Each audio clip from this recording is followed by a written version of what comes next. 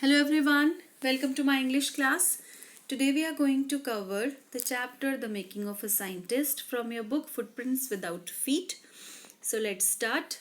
First of all, the author of this chapter, Robert W. Peterson, was born on 1925 and died due to lung cancer in the year 2006. 11th February 2006. He was an American newspaper writer who later became a freelance author of magazine articles and books, and especially on the topics of sports and scouting. And he was a writer and editor with the old New York World Telegram newspaper, which folded in 1966. Now, before going ahead, let's discuss the main characters of the story. First of all, Richard H. Albright. He was a great scientist, debater, and canoeist. Then Richard H. Albright's mother. She encouraged and inspired Albright's interest in learning. Then Dr. Urquhart. He was famous for his works on monarch butterflies. Then Richard A. Werer. He was social science teacher of Albright. He was respected and admired by Albright. Now let's go for the introduction. It is a story of a curious child who is channelizing his curiosity to become a scientist. Channelizing means you can say to guide through, or as if through a channel, provide a channel for something. So Richard Albright was very close to his mother and she plays a key role in developing his interest in science. Mother ने बहुत बहुत important role play किया जिससे वो science में अपना interest develop कर सके. He began his journey by collecting butterflies. Later on he did research on the purpose of gold spots on pupa of मोनैक बटरफ्लाइज. तो उन्होंने मेन इनकी जो एक्सपेरिमेंट्स थे वो किस पे बेस्ड थे? बटरफ्लाइज पे. एंड बाद में इन्होंने डिसाइड किया कि वो किस पे रिसर्च करेंगे? जो प्यूपा की बॉडी पे जो गोल्ड कलर के स्पॉट्स होते हैं मोनैक बटरफ्लाइज पे, उन पे रिसर्च करने का सोचा. His paper on working of cell got published in a scientific journal and he became famous. तो इनका जो वर्क था वो किस पे था? जो इन्होंने काम किया वो किस पे था? वर्किंग ऑन सेल पे. Okay. Then Albright participated in many science exhibitions and won many awards. इन्होंने बहुत सारे साइंस एग्जीबिशंस में भी पार्टिसिपेट किया एंड बहुत सारे prize he won. Apart from science he had an interest in public speaking and debates. He is competitive and possess a go-getter personality. Go-getter personality is a very good word. कौन है? It's someone who is passionate, resourceful, you can say, passionate about something. Thus, he has all the qualities of becoming a great scientist. Now, let's move ahead with the summary of this chapter. The Making of a Scientist is a story about the leading scientist Richard Albright की story है. He was a curious child right from the beginning years of his child. मतलब बचपन से ही उसको science में बहुत ज़्यादा interest था. वो बहुत ज़्यादा क्यूरियस था. हर चीज़ को जानने की उसमें क्या थी?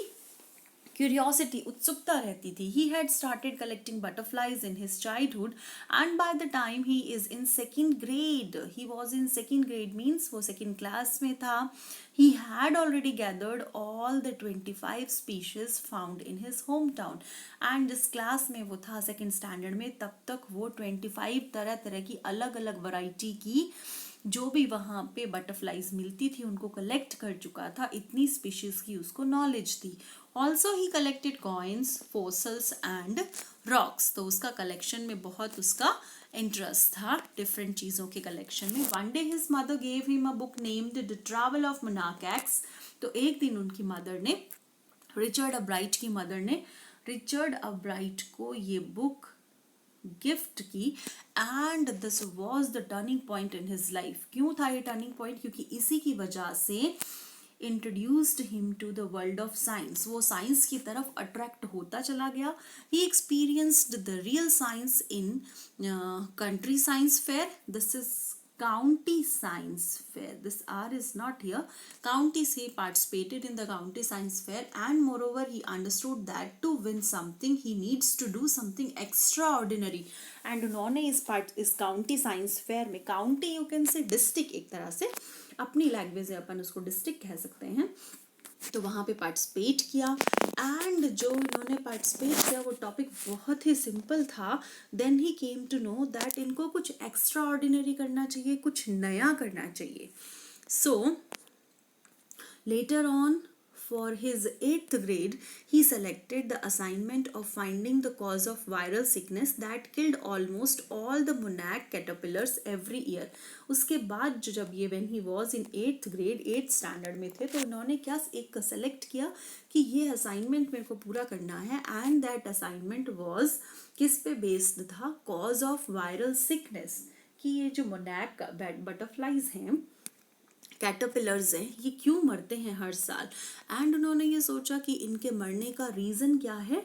बीटल, कोई कीड़े वगैरह हो सकते हैं. So he rose caterpillars with the presence of beetles. तो उन्होंने क्या किया, उनको साथ साथ में रखा और उन्होंने पूरा उस पर ध्यान रखा कि कैटरपिलर्स की प्रेजेंस में, बीटल्स की प्रेजेंस में कैटरपिलर के साथ क्या होता है. सो however he was wrong. Next year, his project for the science fair was testing the theory that viceroy butterflies copy monarchs. तो नेक्स्ट ईयर उन्होंने जो प्रोजेक्ट लिया साइंस फेयर के लिए वो क्या था? टेस्टिंग, एक थ्योरी पे रिसर्च करना था कि वाइसरॉय बटरफ्लाइज जो होती हैं वो मोनार्क्स को कॉपी करती हैं. क्या है मीन्स उनके बीच में. His project got the first prize in zoology division and third in county science fair. Everywhere this is COUNTY, county, it's not country. Okay guys, so he won this prize. In the second year of high school, Richard Albright research led to his discovery of an unknown insect hormone which led to his new theory on the lives of cells. तो पहले इन्होंने और उसके बाद इन्होंने किस पे work किया? सेल पे वर्क करना शुरू किया. सेल की जो न्यू थियरी थी उस पे इन्होंने वर्क करना शुरू किया. Then he tried to find the purpose of tiny golden spots on the back of monarch pupa. और हम सोचते हैं कि ये सारे के सारे जो monarch के बैक पे जो स्पॉट्स होते हैं, गोल्डन स्पॉट्स, वो क्यों होते हैं? That is for only decoration. लेकिन उनके पीछे एक रीजन इन्होंने हमको बताया. But what is that reason?